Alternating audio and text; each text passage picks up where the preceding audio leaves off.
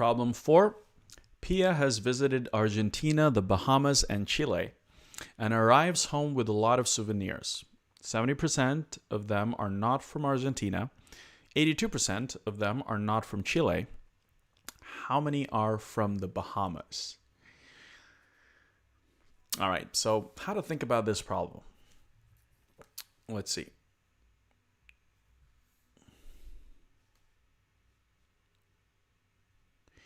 So let's try to read the question one more time and see if we can write the information that they're giving us in our own way. So she's visited 3 different countries, and obviously I'm going to just write down the first letter of each country, which very conveniently is ABC. And so she has been to 3 different countries and arrives homes with a lot of souvenirs. First thing they say here after that is that 70% of them are not from Argentina. Well, what does that mean? If 70% of the souvenirs are not from Argentina, that must mean that 70% of them are from Bahamas or Chile. So that could be written as B plus C equals 70. Now that also means this then, that if 70% of them are not from Argentina, that means that 30% of them are from Argentina, right? Because it has to be equal to 100% altogether. And so from this, we can come up with a new piece of information, really, that follows from this, is that this means that, or this implies rather, that A is 30. All right, well, let's keep going in the same way. 82% of them are not from Chile. Well, that means that if they're not from Chile, that means that it has to be from Argentina, or it has to be from the Bahamas, which is going to be 82, which means, again, that implies that the remaining, if we take 100% and we take away 82%, we got 18% remaining, those have to be from Chile, C. So this is 18.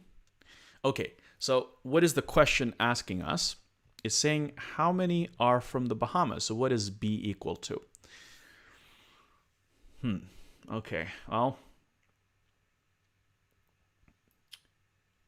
is there any more thing that we can derive from this problem that isn't maybe explicitly stated? Well, let's think about this.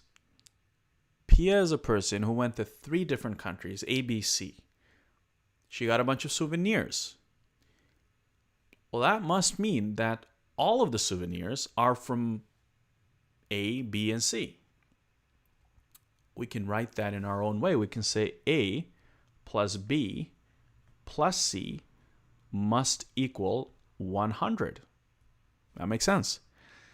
Well, now it becomes easy because now we know the value of A and the value of C. So if we were to isolate B and say, let's say B equals 100